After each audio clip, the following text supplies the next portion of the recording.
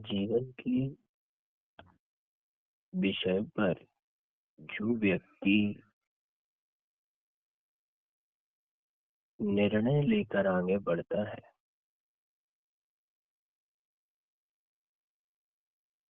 यह निश्चय कर कर आगे बढ़ता है,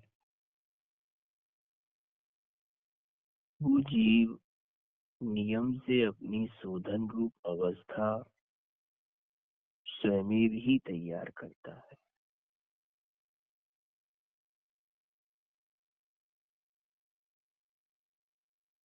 क्योंकि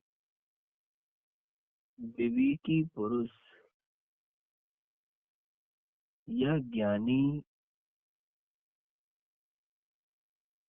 या विद्वान जीव या समझदार लोग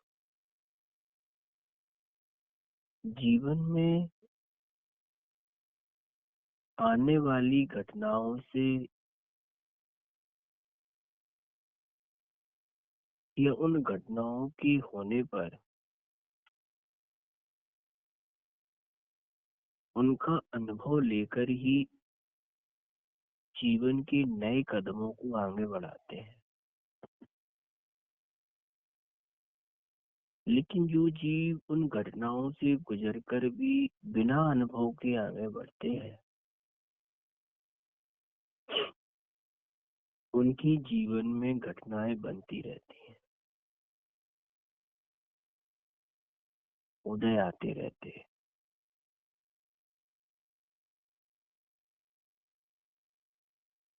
लेकिन जो जीव उदयों को अनुभव सहित होकर जीवन में आगे बढ़ने का प्रयास करते हैं, वही जीव अपनी जीवन में सुधार करने का प्रयास कर पाते हैं। कि जिसे यह निर्णय कर लिया कि इस जीव का, किस जाति का कैसा अनुभव हमें प्राप्त हो रहा है। चर्चा चल रही थी शांति धारा के प्रकरण में कि जिस जीव की जैसी प्रकृति पाई जाती है और उसका किस प्रकार का आचरण होता है, ये जानना हमें बहुत जरूरी है। क्योंकि प्रवृत्ति और प्रकृतियों की समझने पर हम जीवन में जिन संयोगों के बीच में रह रहे हैं या जिन संयोगों के बीच में रहकर हमें अपने जीवन में अपने परिणामों की, अपनी विशुद्धताओं की या अपने उत्कृष्ट ज्ञान दर्शन और चारित्र गुण की रक्षा करनी है, वह तभी संभव है जब आप प्रकृति और प्रवृत्ति की गहराई को छुएंगे।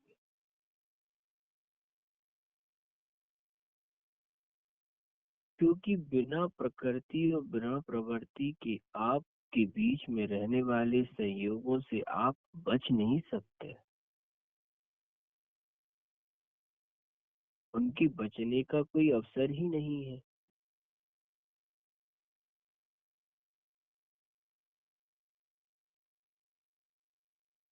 और सबसे ज्यादा इस जीव के जो दुर्ध्यान के कारण बनते हैं या जो भविष्य में आने वाली सफलता के कारण रुक जाते हैं, उनका मूल ध्येय यही होता है कि वर्तमान में या जिन संयोग के बीच में यह जीव पाया रहता है या निवास करता है या कार्य करता है, यदि उन संयोगों के बीच में रहकर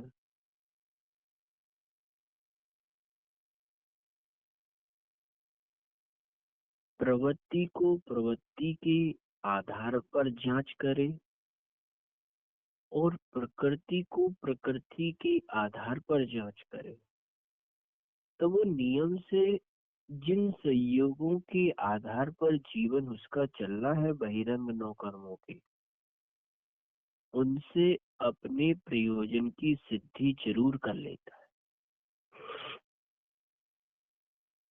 अन्यथा नहीं कर पाएगा।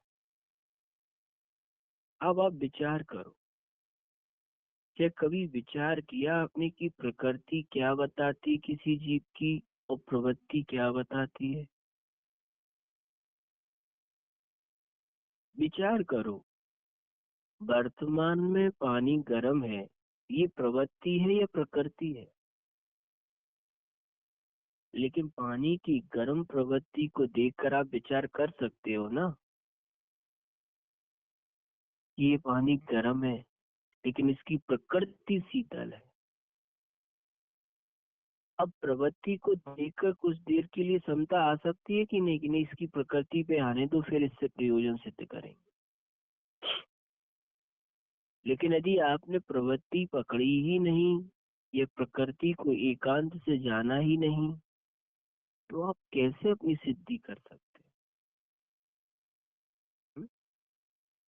विचार करने वाली बात तो यह है कि प्रकृति और प्रवृत्ति बहुत ही गहराई के विषय है।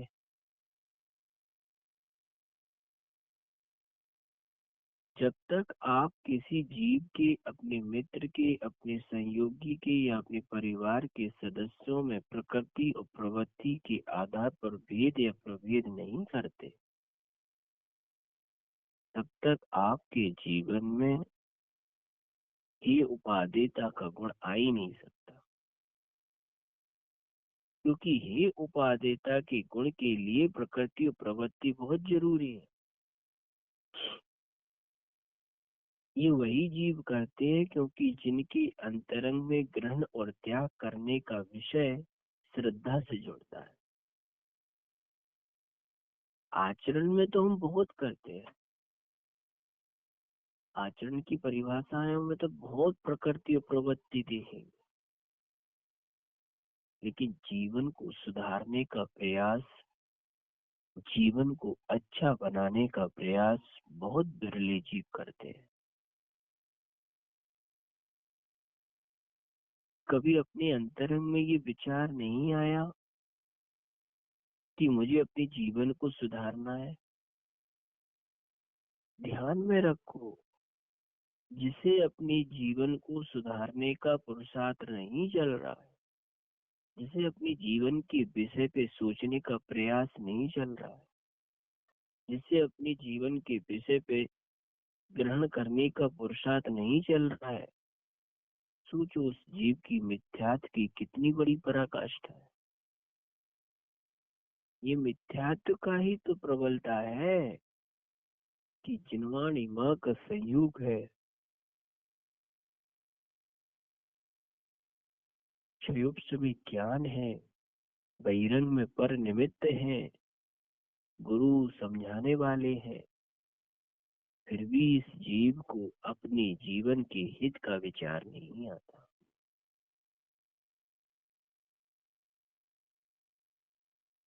आखिर क्यों?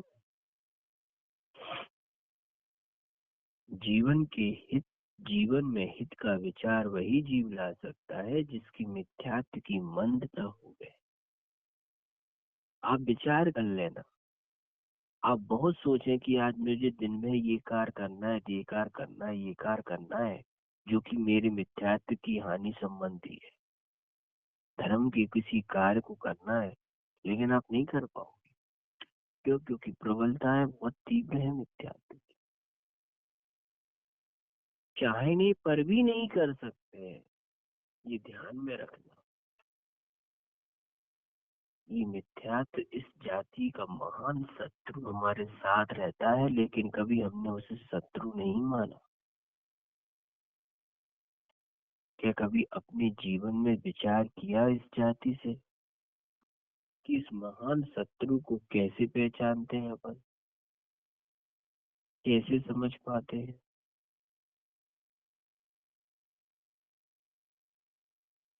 क्यों हमारे जीवन में जो सच होता है, ये जो यथार्थता होती है, ये सच्चाइयाँ होती है, उसके प्रति क्यों हमें रुचि जागृत नहीं होती? हमेशा अच्छी बातें या जो संसार के प्रति भटकाने वाले होंगे उनमें ज्यादातर हमारी रुचि लग जाएगी। आखिर है क्या? अपने अंतरंग में झांक कर तो देखो कि हमारे अंतरंग में किस जाति से मिथ्यात्व की प्रबलताएं चलती हैं, उसके संस्कारों की कितनी बढ़ोतरियां हैं। हितदायक वस्तु सामने है, हितदायक औषधि सामने है, लेकिन उसे लेते नहीं है। कभी विचार किया? हमें मालूम है कि हमारे शरीर के लिए इस जाति का भोजन हितदायक है, लेकिन क्यों नहीं लेते भाई? तुम्हें वही क्यों लगता है अच्छा भोजन जो तुम्हारे शरीर को बाधित करता है, रोग सहित करता है? कभी विचार किया इस? ज्ञान कह रहा है कि नहीं यही भोजन तुम्हारे लिए है, लेकिन तुम्हें रुचिकर नहीं लग रहा। ज्ञान ने तो बताया ना। इसका मतलब ये है कि जिन जीवों के अंतरंग में मिथ्यात्व की प्रबलताएं ज्यादा रहती हैं, उन्हें बुद्धि पूर्वक कुपथ्य के सेवन की पुरुषार्थ करने का कार्य चलता है। हम क्या कर रहे हैं? हम भी तो यही कर रहे हैं। कभी विचार किया कि भाई भोजन में तो तुमने कुपथ्य सेवन अपना लिया? कभी बी कथाओं को कुपथ्य माना? कभी दुर्ध्यान को कुपथ्य माना क्या? हम्म? कि कभी मिथ्या ज्ञान को कुपथ्य माना? जिस मिथ्या ज्ञान जो संसार की बातें हैं या संसार को जीवन जीने की कला सिखा रही हैं, या जो धन प्राप्ति का या विषयों की प्राप्ति का या व्यापार की चलाने का जो ज्ञान तुम्हें मिल रहा है, कभी उसे तुमने मिथ्या ज्ञान जाना? कितने अच्छे तरीके से उसको सम्यक ज्ञान का कारण माना। क्यों? क्योंकि वो संसारी जीवन को जीने में हितदायक नजर आया ना। हम्म? जिनवाणी माँ या शास्त्र पढ़कर क्या मिलेगा? स्वाध्याय है वह तो बस, कर लिया। वो हितदायक तब तक तुम्हें नहीं लगेगा, तब तक तुम हितदायक नहीं मानोगे जब तक तुम्हारे लिए प्रभव या संसार में अहित नजर ना आए, या तुम्हें मोक्ष हितदायक नजर ना आए।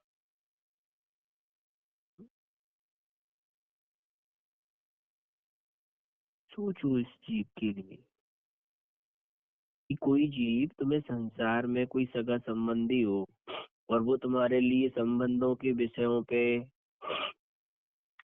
एकांत रूप से समझाए, या संसारी जीवों के संसार बढ़ाने की रिश्तेदारी निभाने की बात करे, एकांत से रिश्तेदारी या समझाने की बात करे कि नहीं इस तरीके से व्यवहार बढ़ाए जाते हैं, इस तरीके से संबंध बढ़े जाते हैं, एकांत से बताए।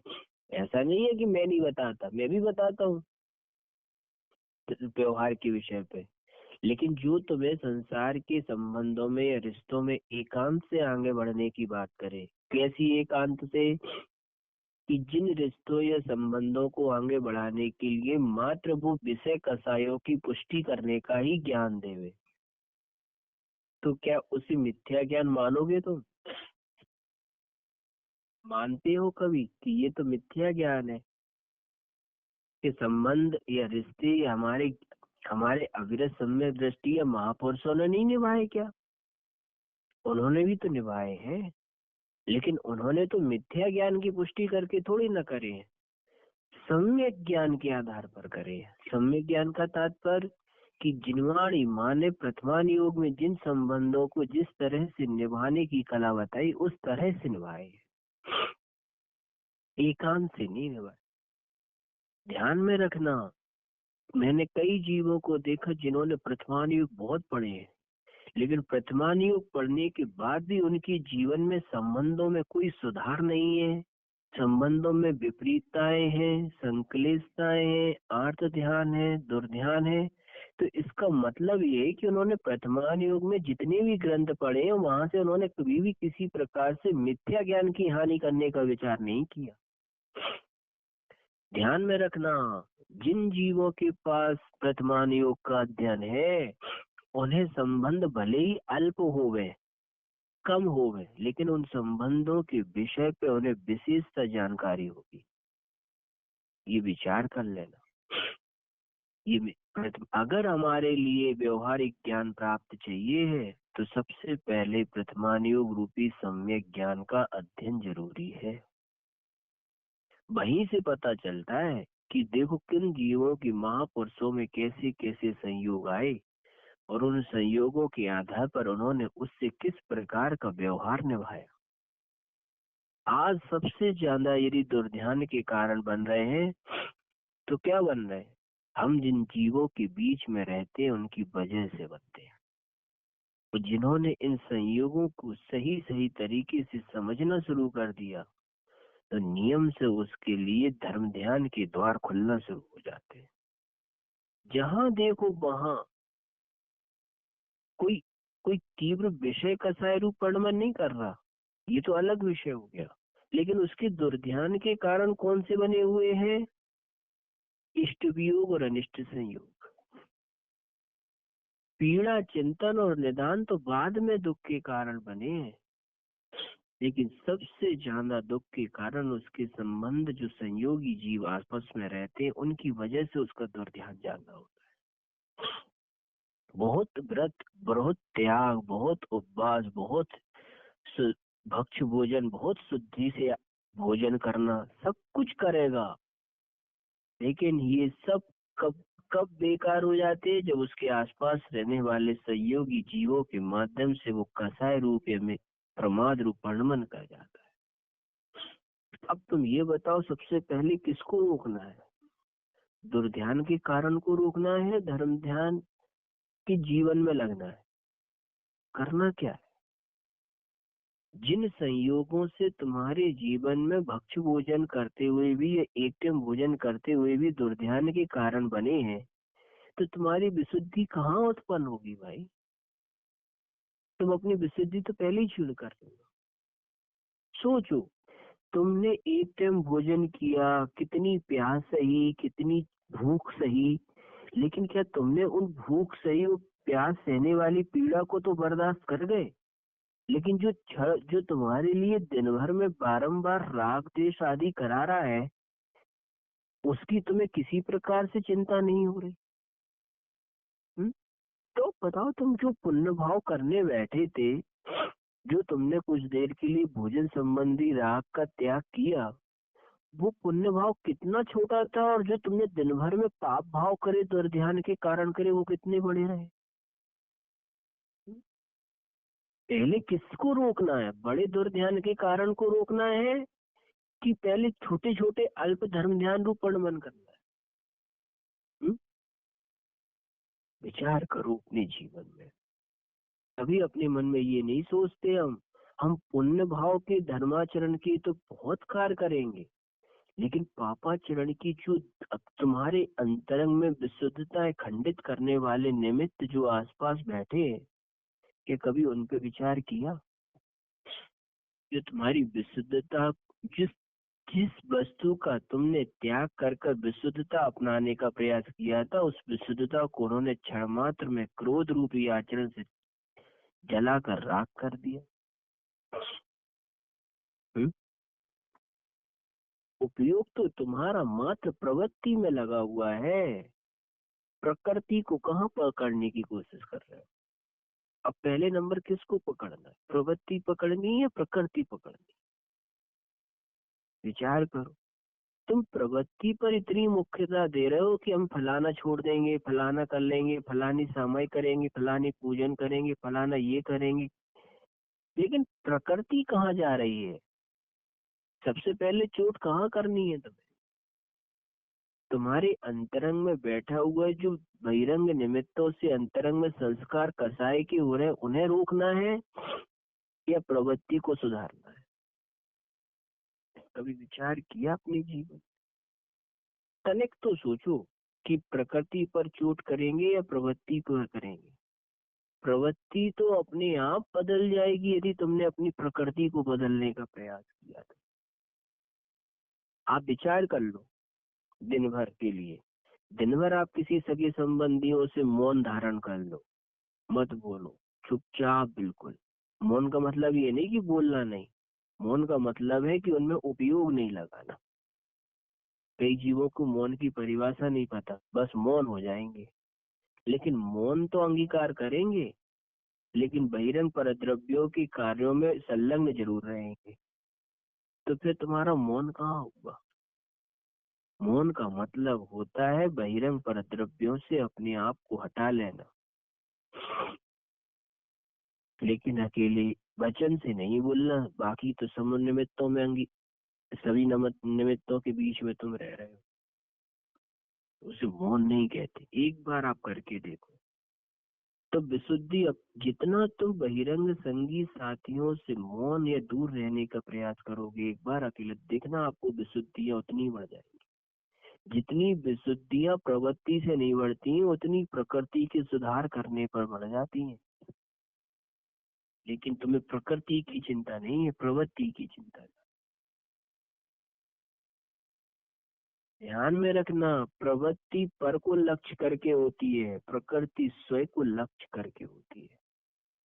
प्रकृति किस जाति की चल रही है और प्रवृत्ति किस जाति की चल रही है, जब ये विचार करोगे तब जीवन में वास्तविकता से धर्म की रुचि जागृत होगी। चर्चा चल रही थी चोर भय, दुष्ट भय। इनकी प्रवृत्ति को देखकर तुम देखोगे तो नियम से द्वेष का साया आएगी, और प्रकृति देखोगे तो तुम कहीं ना कहीं गुणानुराग से भी भर जाओगे। क्योंकि प्रकृति जो पकड़ता है वो नियम से गुणानुराग और गुण पर दृष्टिकोण करता है, जो प्रवृत्ति पकड़ेगा वो नियम से दोषानुराग की आदत डाल लेगा। क्योंकि प्रवृत्ति बहिरंगता को मुख्य करके होती है और प्रकृति अंतरंग को मुख्य करके होती है। जिसकी जिसकी दृष्टि अंतरंग से झलकती है या जिसकी पकड़ अंतरंग से शुरू होती है, वो कभी भी दुखी नहीं होगा। लेकिन जिसकी बहिरंग दृष्टिकोण रहेगा, वो नियम से कहीं ना कहीं दुखी जरूर बना रहेगा। भले ही कोई ऊपर से क्रोध कर रहा हो, लेकिन अंतरंग से तीव्र क्षमा का धारक हो, तो तुम्हारे लिए वो कैसा है? हुँ? कभी इसको पकड़ा कि प्रवृत्ति हमारे जीवन में प्रवृत्ति कितनी उपादेय और मुख्यता है और प्रकृति कितनी ये चल रही है? हुँ? वैद्य प्रकृति का इलाज करते थे और डॉक्टर प्रवृत्ति का इलाज कर रहे हैं। कभी पकड़ा इस विषय को कि वैद्य अंतरंग पकड़ते थे कि नहीं, इसको तो अंतरंग की जड़ से खत्म करना है। डॉक्टर क्या कहते हैं, अंदर कुछ भी चलता रहे, तुम तो दवाई लेते हो। पकड़ो, जो अंतरंग का दृष्टिकोण लेके चल रहा हो वो हमारे लिए उपादेय बना हो, ये जो तुम्हारे लिए प्रवृत्ति की मुख्यता करके चल रहा हो वो तुम्हारा है। विचार करो, जो तुम्हारी प्रशंसा करता रहे वो तुम्हें उपादेय है, या जो तुम्हारी दोषों की निंदा कर रहा हो, तुम्हारे दोषों को छुड़ाने का बारंबार प्रयास कर रहा हो, वो तुम्हें उपादेय? कौन अच्छा लगता है? जो तुम्हें मुंह पर तारीफ करता है वो अच्छा लगता है, या जो तुम्हारे लिए दोषों की बुराई करता है कि इन दोषों को छोड़ो, तुम्हारा अहितकर बुरा है, वो तुम्हें उपादेय लगता है? भला कौन चाहता है? जो तुम्हारी प्रशंसा कर रहा है वो तुम्हारी भला चाहता है, या जो तुम्हारे अंतरंग के दोषों को निकाल कर बुराई कर रहा है वो नहीं, जो दोषों को निकालने के लिए तुम्हारी बुराई कर रहा है तुम पर, वो तुम्हें उड़ा दे रहा है। हितदायक कौन लग रहा है, ये विचार कर लेना। कई बार हमारे जीवन में ये भ्रम रहता है कि नहीं, हमारी जो तारीफ कर रहे हैं वो हमारे लिए बहुत अच्छे हैं, हमें उन्हें उपाधि मानना चाहिए। नहीं भाई, ये तो तुमने प्रवृत्ति देख रखी है। प्रकृति देखो, जो तुम्हारा अंतरंग से हित चाहता है, अंतरंग से भला चाहता है, वो सबसे पहले तुम्हारे दोषों को ही बताए कि ये गलती कर रहे हो। दोषों को दूर करने वाला नियम से प्रकृति की मुख्यता करके होता है। आप विचार करना प्रतिमान योग है, जब भी गुरु धर्मा धर्मात्मा जीव या ज्ञानी जीव बात करेंगे तो पहले गुणों की नहीं करेंगे, पहले दोषों को ही बताने का प्रयास करेंगे। वर्तमान युग में भी यही शैली है। देखो, आप पूर्व हम में जब भी कोई बात बताएंगे ना, तो पहले ये नहीं कहेंगे तुम्हारे लिए ये पुण्य का फल है, कहेंगे इस पाप की वजह से ये फल प्राप्त हुआ। इसका मतलब क्या होता है कि सबसे पहले दोषों के प्रति हेता बता, दोषों को छुड़ाने का प्रयास कर। जो प्रकृतिवान होते हैं वो दोषों की हेता पर मुख्यता करते हैं, और जो प्रवृत्तिवान होते हैं वो बहिरंगता से तुम्हारे गुणों की तारीफ भी कर दें, तब भी कोई कार्य सधने वाला नहीं है जी।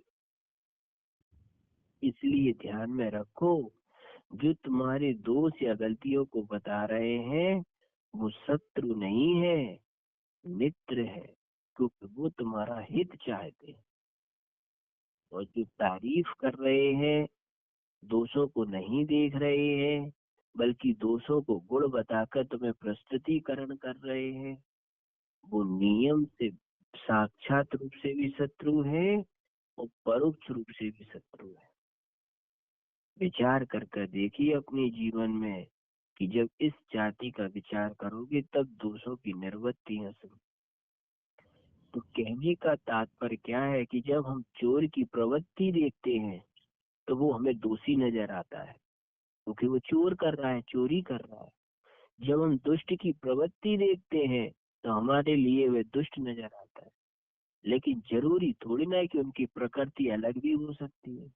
अब आप प्रकृति देखोगे तो कैसे कहोगे, तो चोर की प्रवृत्ति देखी तो चोरी देखी तुमने, इसलिए तुमने उसे चोर माना और दोषी माना। लेकिन यदि तुम चोर की प्रकृति देखोगे तो तुम्हें लगेगा कि इसके बराबर कोई एकाग्रता रख सकता है, रख सकता है? बताओ कि कब उसकी एकाग्रता रहती है, कब वो तुम्हारे सामान को चुरा ले जाता है, तुम्हें पता नहीं चलता। अब है किसी के पास ऐसी क्वालिटी? लेकिन हमारे पास तो आज इतनी सी भी एकाग्रता नहीं है, 1 मिनट में हमारा मन बदल जाता है, परिणाम बदल जाते हैं। चित्त में कितनी अस्थिरता बनी हुई है, कभी विचार किया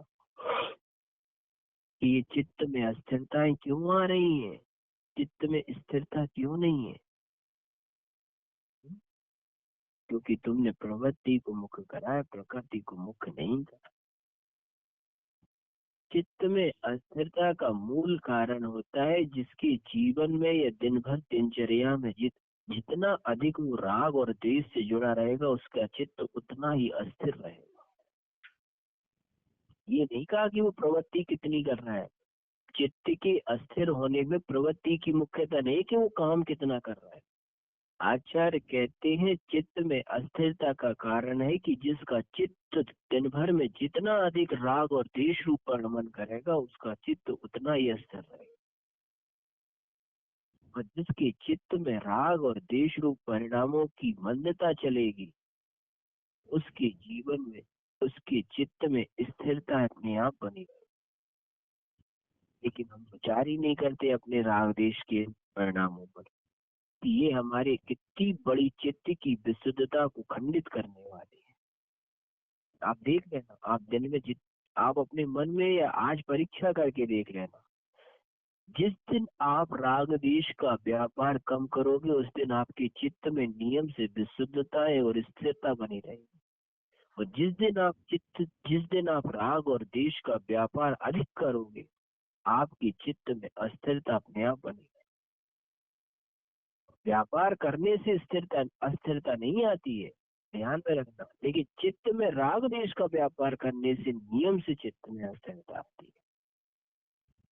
आप विचार करने का, राग देश से रहित होके आप व्यवहार करो, आपके चित्त में किसी भी प्रकार की अस्थिरता नहीं रहेगी। लेकिन राग देश से सहित होके आप व्यापार करोगे या नहीं भी करोगे तो भी आपके चित्त में अस्थिरता बनी रहेगी।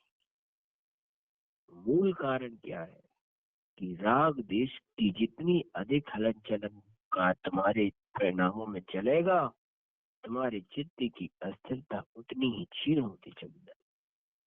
अस्थिरता क्षीण होती चली जाएगी और अस्थिरता जन्म लेती जाएगी। इसलिए अपने जीवन में दिन भर में चलने वाले अनावश्यक जो फिजूल तुम्हारे राग देश चलते रहते हैं, बहिरंग नौकर्मों को निमित्त पाकर, उन बहिरंग नौकर्म निमित्तों को पाकर फिजूल में राग देश मत करो। ये तुम्हारे चित्त की स्थिरता और विशुद्धता को कितना खंडित करते हैं ये तुम्हें पता नहीं। विचार करिए, चित्त की स्थिरता को बनाने का बारंबार पुरुषार्थ करिए। इसी पर